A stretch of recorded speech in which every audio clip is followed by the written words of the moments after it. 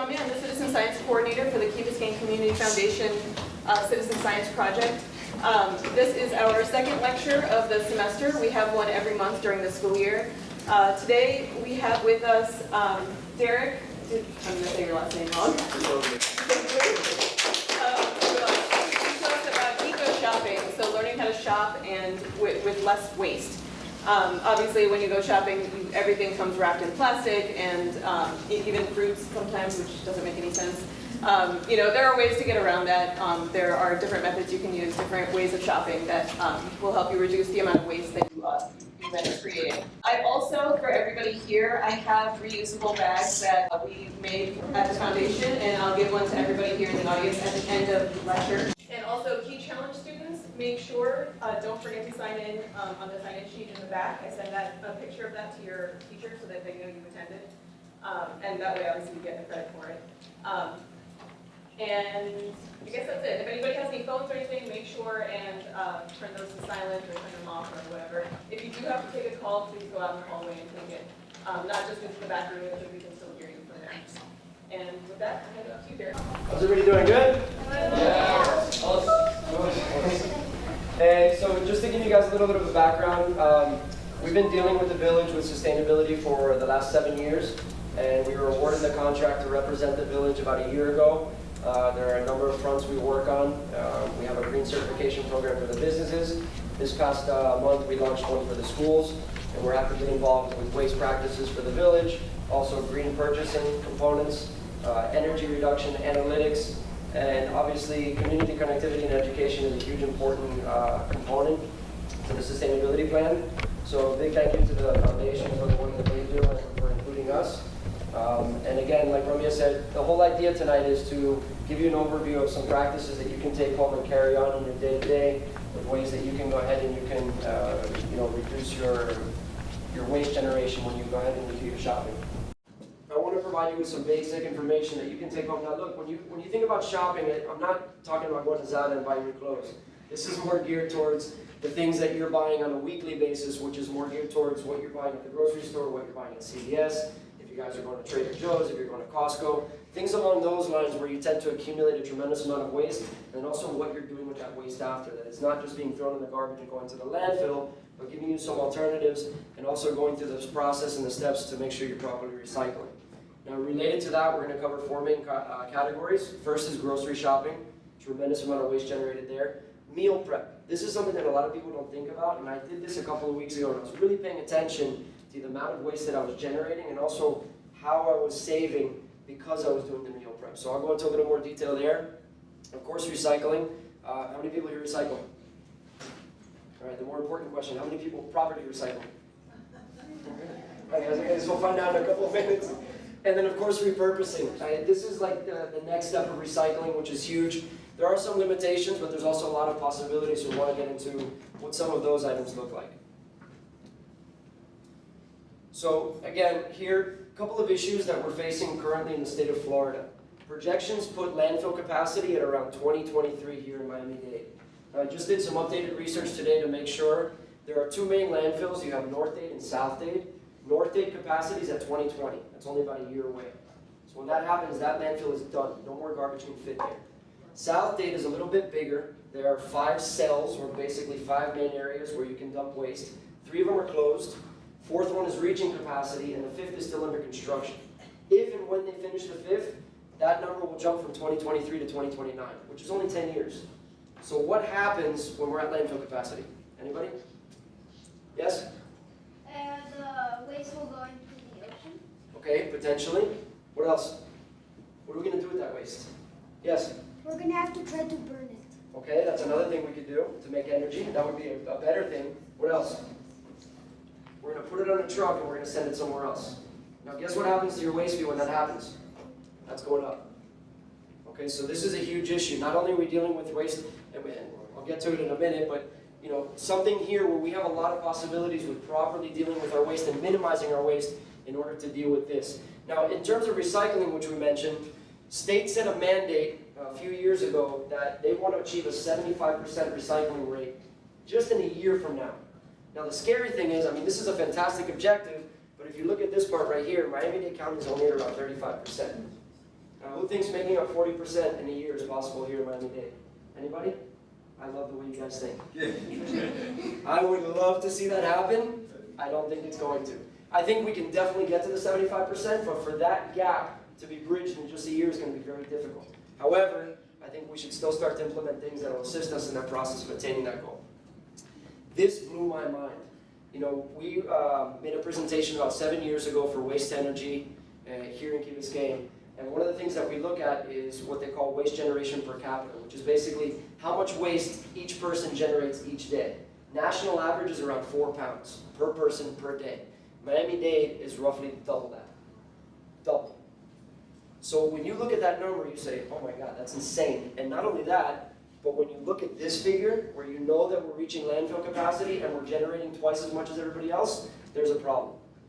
So that there's habits and there's implementations that we have to be looking at and taking seriously in order to make sure that we don't get stuck in a situation where the waste just starts to pile up. Now I went to the Philippines, this was 2013, and we were looking at waste energy in the Philippines. And I went outside of Manila. Manila is one of the most populated cities in the world. There's 100 million people in the city. And we drove out to the landfill, which is about 2 hours away, and there's people that live on the landfill. And it was really eye-opening to see, because as I'm driving, I'm talking to the cab driver, and I'm having him explain to me how things worked, and he said, these families live here because that's how they make a living. And these kids there's a tent literally pitched on a patch of garbage. And every day these kids wake up with their parents and they go through and they sort the garbage and take out the recyclables and they sell that to make a living. And if you look at the amounts of trash that are there because they don't have the proper technologies or infrastructure, it's really saying, okay, look, if we don't carefully respond to the situation that's going on right here now and changing our habits, something like that's possible. And that was a big eye-opener. I mean, those are things that I definitely want to try and avoid. Grocery shopping. This is one of the main topics today. How many of you take reusable bags to the grocery store? Okay, great. You're going to get another one tonight, compliments of the Community Foundation. Make sure you guys are taking that when you do your grocery shopping. Number one, shop close to home. I mean, we have Winn-Dixie right in our backyard, so that's a fantastic choice. Sometimes we go off the key, Trader Joe's, Publix, Costco, BJ's, whatever it may be. If you have the opportunity, the closer you shop to home, that lowers what we call your carbon footprint.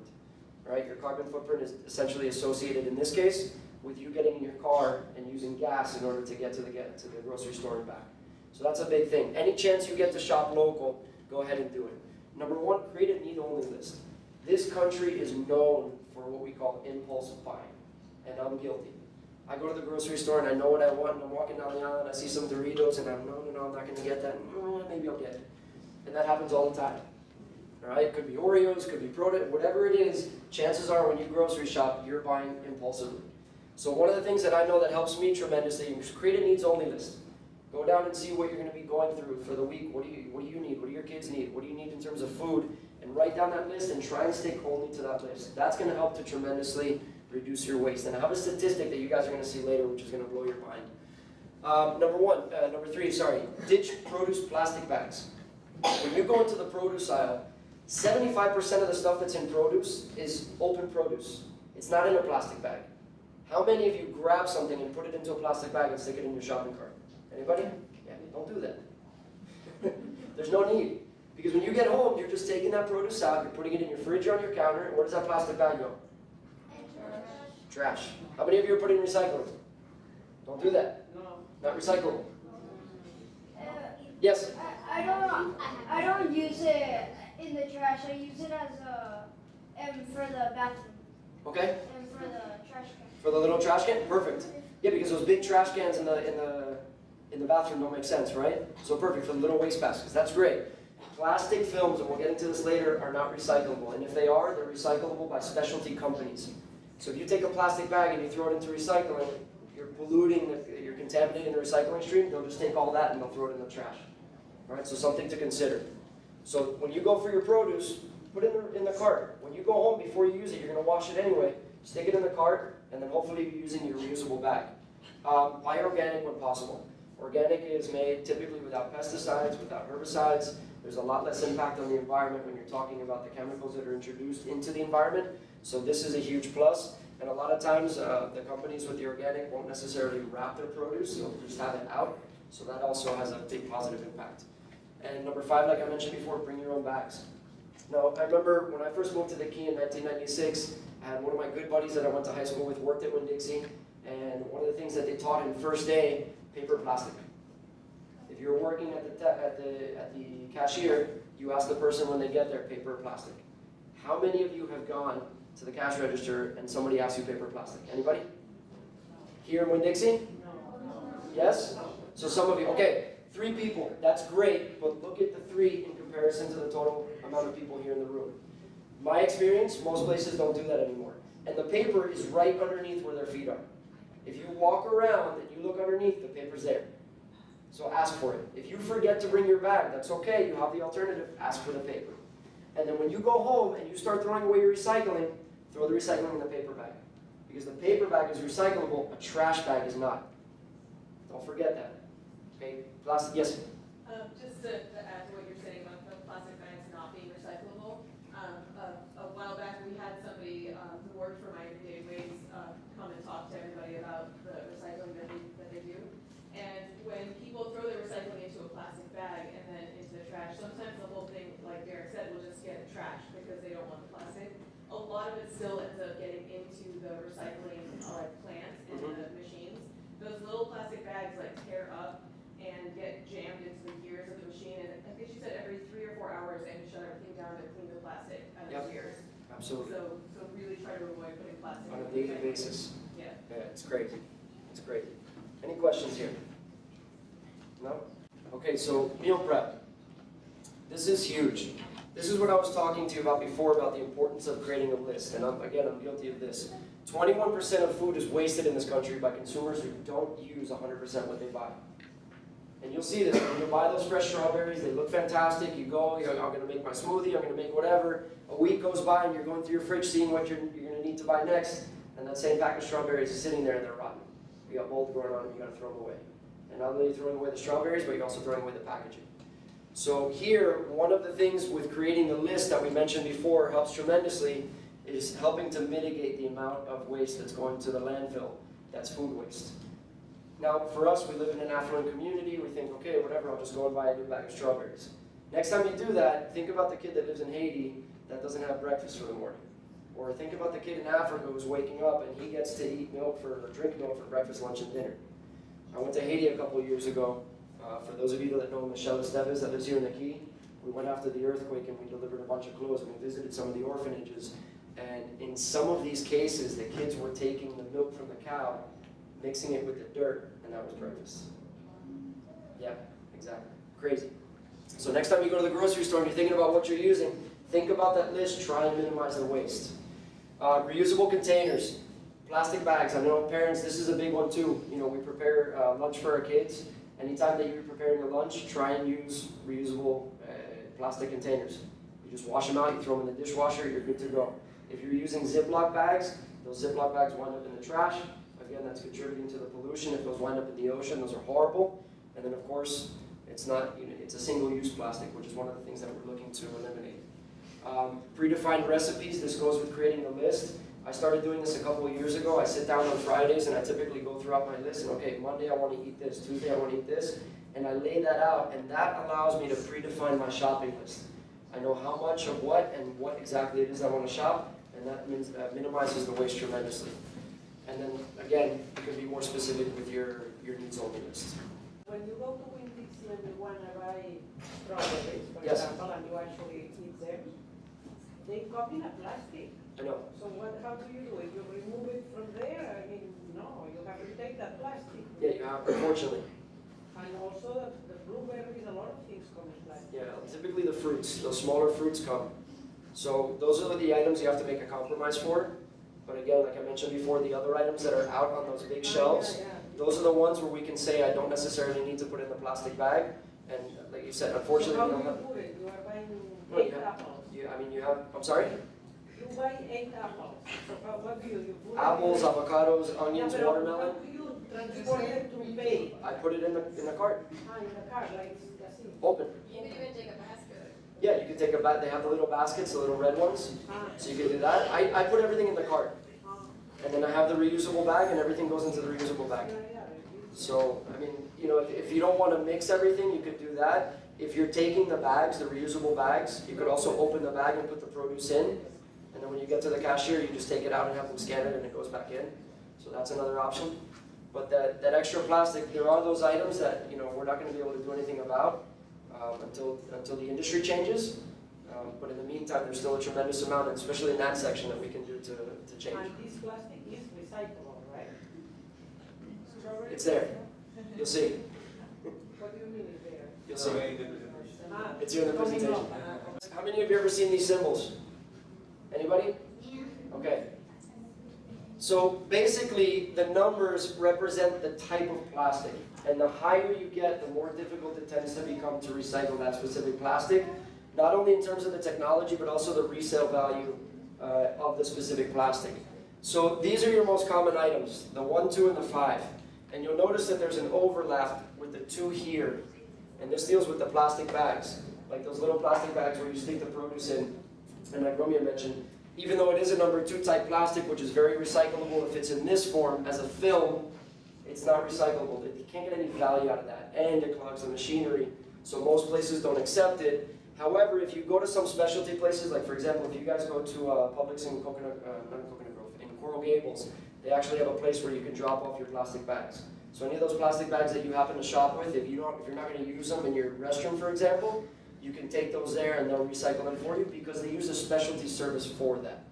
But the traditional recycling infrastructure that we have does not deal with those. So here you got water and soda bottles, peanut butter jars, microwavable trays, milk jugs, detergent containers, shampoo bottles, yogurt tubs, bottle caps, ketchup bottles.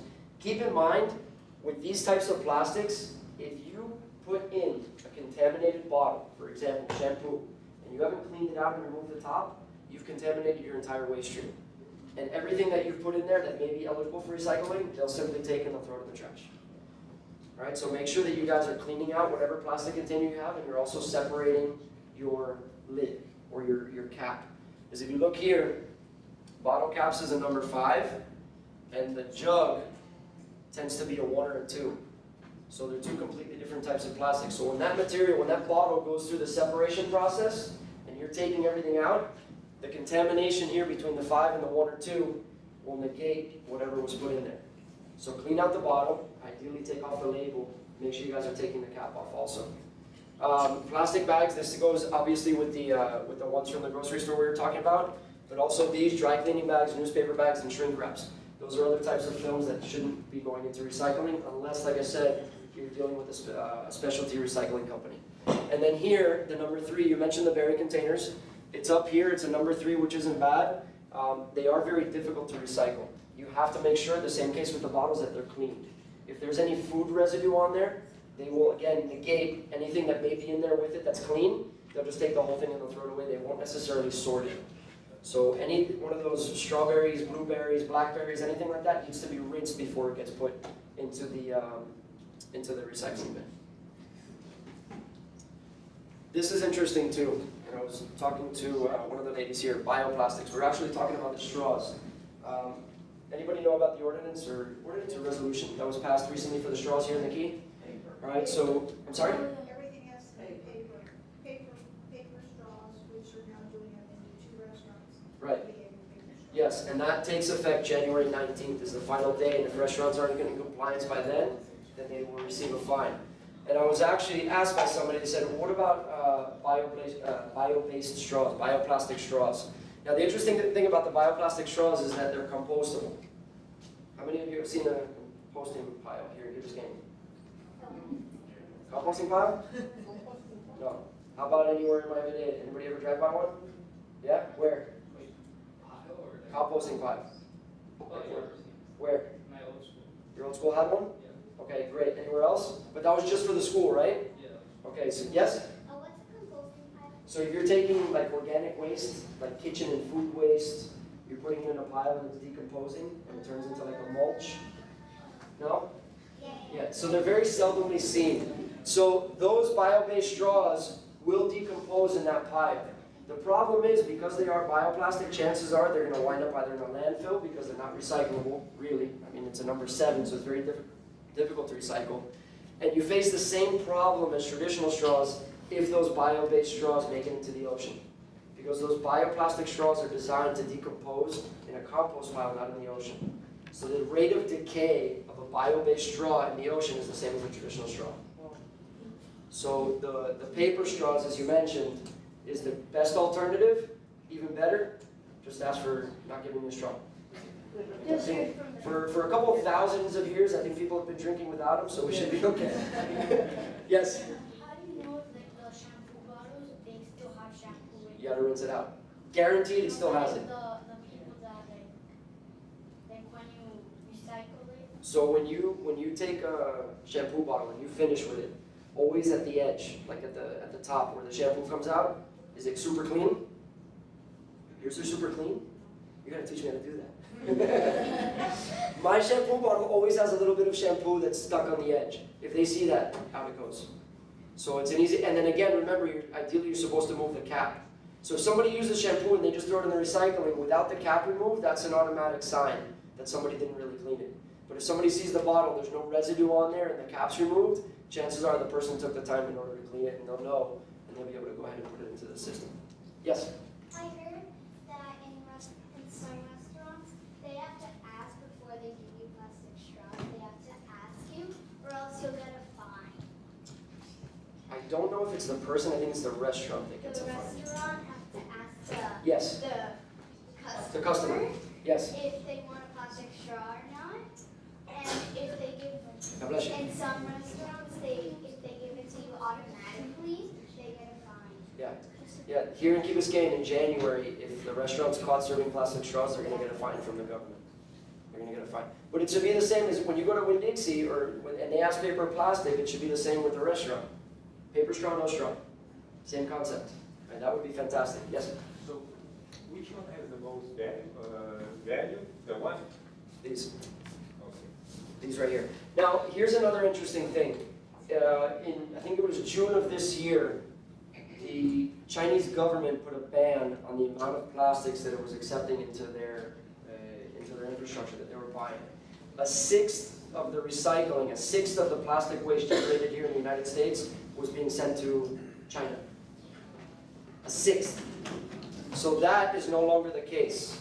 And because of that, the landfills that we were talking about earlier are being stressed, because that's a tremendous amount of waste that no longer can be simply shipped out and somebody else deals with, but the recycling companies and the existing waste management companies are trying to figure out ways and what they can do with that waste in order to accommodate for the huge increase in the amount of waste that's now staying on our shores as opposed to being shipped away. Yes? So what about newspaper, magazines, and paper, like That's okay. letters? Or That's okay. all of these recyclable. Yep. And Yep. you can mix it with the bottles and the plastic. You can put Ideally, they should be separated.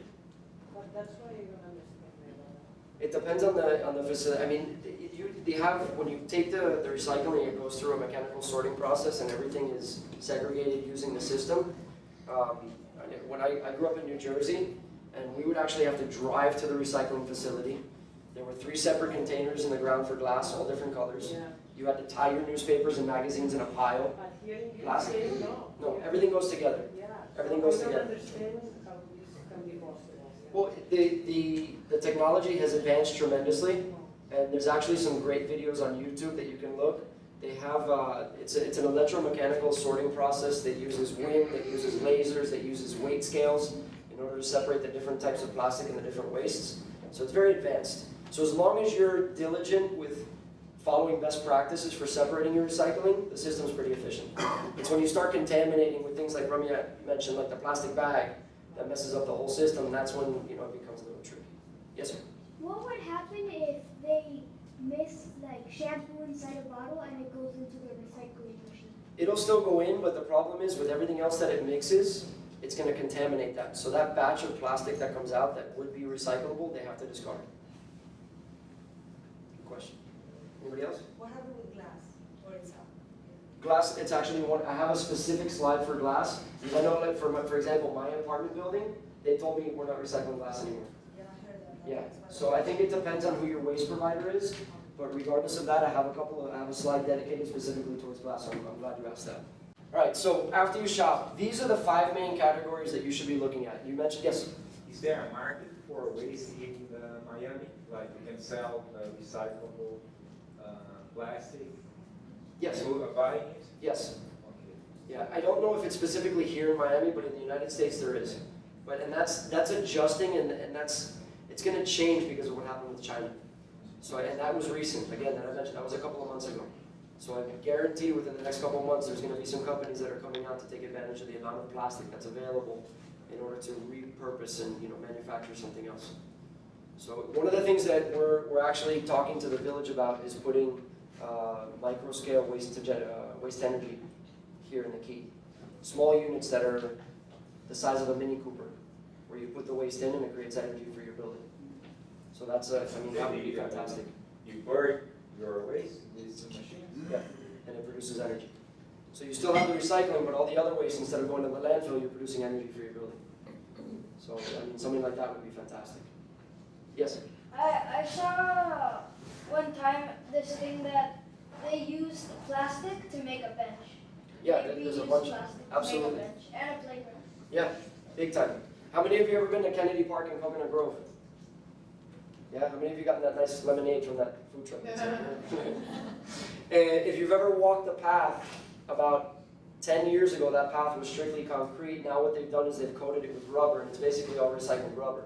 They've taken old tires, they've chopped it up, and they kind of put like this glue, and they put it down. So that was an example of them repurposing a recyclable material. But yeah, absolutely. They do wood and plastic composites, and a lot of companies are using them for like outdoor decks, for example, for the wood, because wood decays over time. So they do the plastics mixed with the wood, and they create the outdoor wood. So yeah, absolutely, absolutely.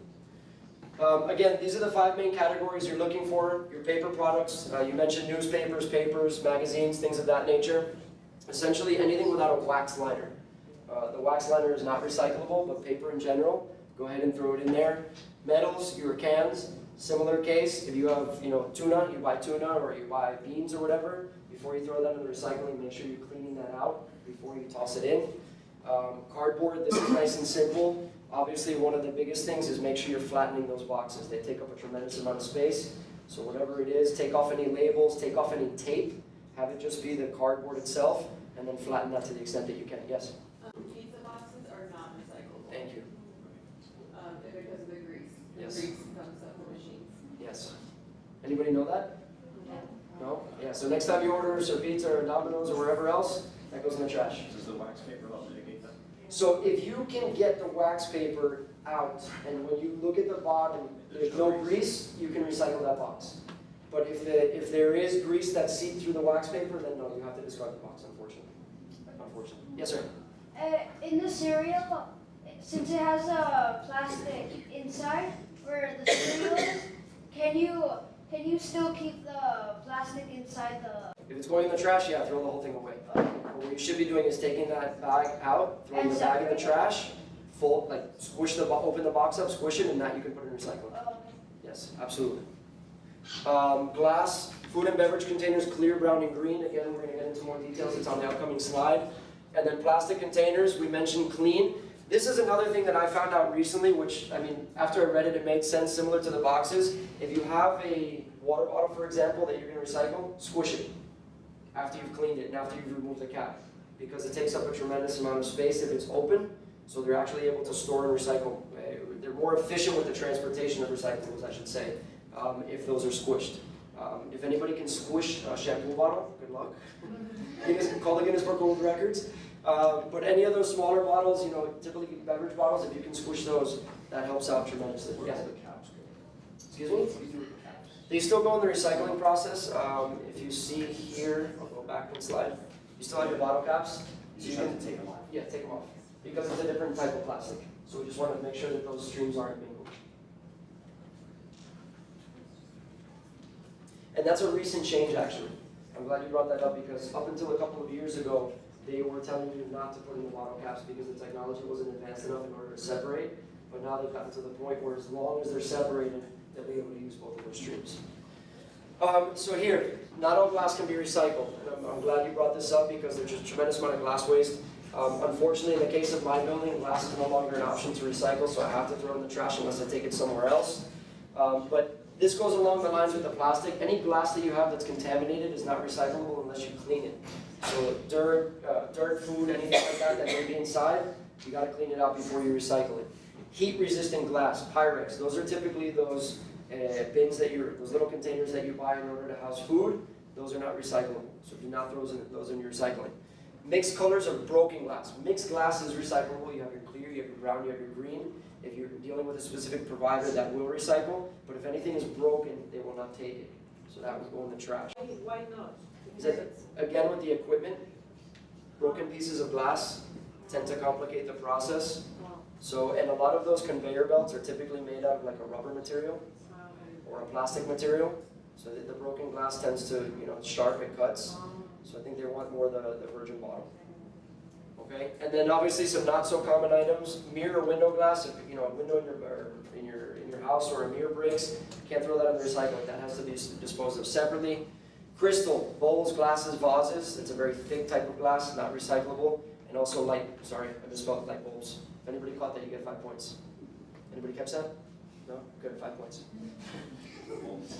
You can use those to redeem a bag after. Yes? But I think you can recycle light bulbs. Yes. So not so common items means you can't throw those in your typical recycling. You'll have to go to either a specialty or, for example, November 15th, I know the Presbyterian School is having a recycling drive for electronic devices. And I believe they're also going to have somebody there that's going to take batteries and light bulbs. So in that case, you can go. But traditional recycling routes, you can't just throw your light bulb in there. Yes? Also, is there another type for the batteries? I'm sorry? Is there another type for the batteries? What do you mean Another another type type? of recycling for the... Yes. Oh, Yeah, you just can't, the equipment and the infrastructure is not handled for batteries with traditional recycling. oh. So kind of like the plastic bags where there's companies that do it, there's specific companies just for that, the same with the batteries. Yes? But you don't have around any point to recycle batteries, right? There's one place that I know of at the square. Uh-huh. There's several receptacles around there, so if you guys ever have batteries that you want to dispose of, take it to the square and there's a bunch around there, you can just take them and put them in there. There's a company that comes and picks them up. Here? I think they did put one recently by the reception. Yes, thank you for reminding me. Yes, downstairs also. Yes? At the beginning when he said that they try to burn all the trash, can you not really do that since some of the things, if you burn it, it can bring toxic to the air? Great point. So there's actually a company out in Doral. You get 10 points. There's a company out in Doral which has a contract with the County of Miami-Dade, and they're called Covanta. They're a waste energy company, and they have an incineration facility. I had the pleasure of visiting them a couple of years ago, and they burn waste. Now, back then, it would be a big deal, but the technology is advanced enough that the emissions that are coming out are they're cleaned significantly. And but you have basically two byproducts. You have your energy, and then you have an ash. And unfortunately, because of the incineration process, there's not 100% volume reduction, so the ash that's left over still has to be landfilled. And so if you go and if you guys ever want to go there, you can call them and say, hey, look, we'd love to tour the facility, and they may be able to set something up for you. You can go and you can see amount of trash. It's not trash, it's ash behind. So yes, they're creating energy, which is fantastic, but again, the amount of waste that's being generated still has a byproduct of the ash, which needs to be landfilled. But technology has, got a long way, so the emissions are much less, which is great. Yes, sir? Can you burn the ash a lot so it's not good? No, the ash is the part that's left over that won't combust. There is possibility to use the ash for other potential products, but they're currently not looking at that. So right now they're taking it in their landfill. And we're actually talking to a company that this guy developed a polymer, like a glue, like an organic glue. So we're actually talking to him about using the ash to make building blocks. And that would be a fantastic opportunity because instead of going to the landfill, you have these building blocks which you can use to make houses and buildings and whatnot. Unfortunately, that's the element of the trash stream that's not combustible, it won't burn. And that's what you get left over. And Machines that do the recycling. What about them? That if she's saying they can't work anymore, where do you put them? Well, the actual machine, that's a great point. I mean, they're not recycling. Some of the metal can be potentially repurposed.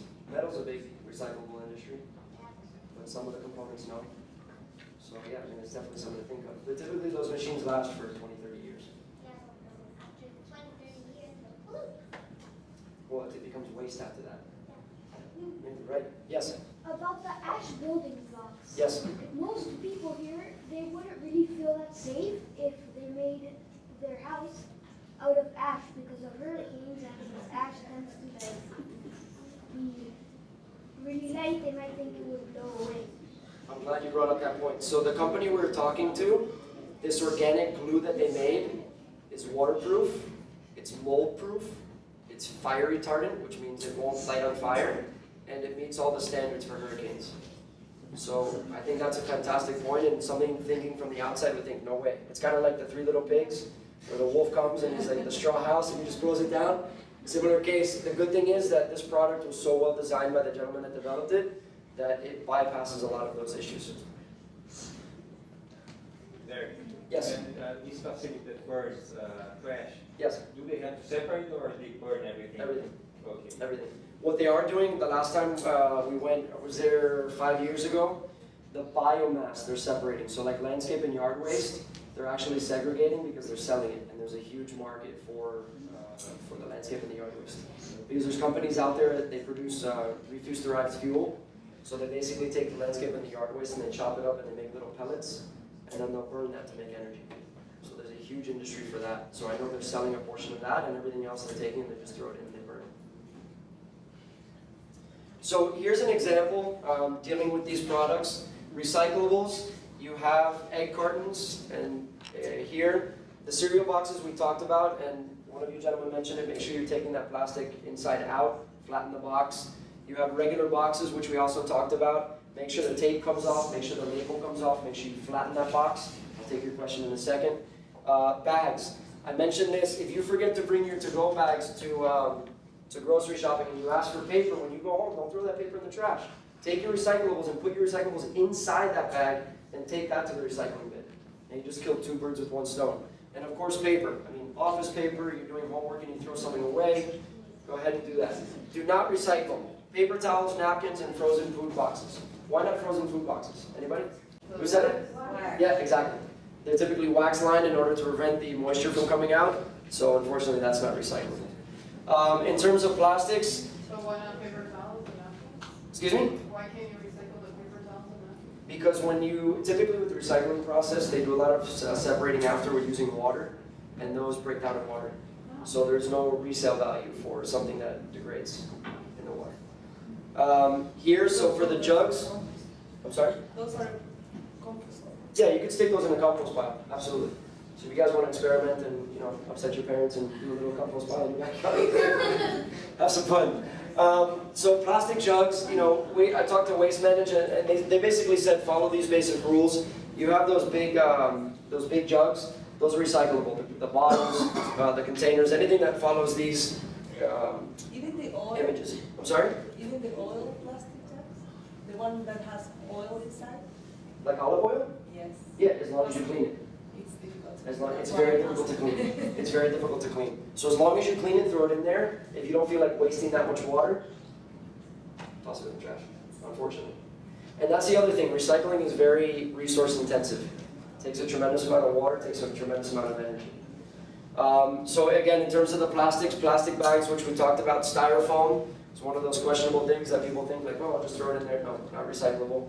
And then of course, bulk plastics. When I say bulk plastics, I mean, no, that's an iPad, never mind. If you have like a plastic vase, or if there's a plastic chair that breaks, you can't take that and throw that in recycling, it won't be accepted.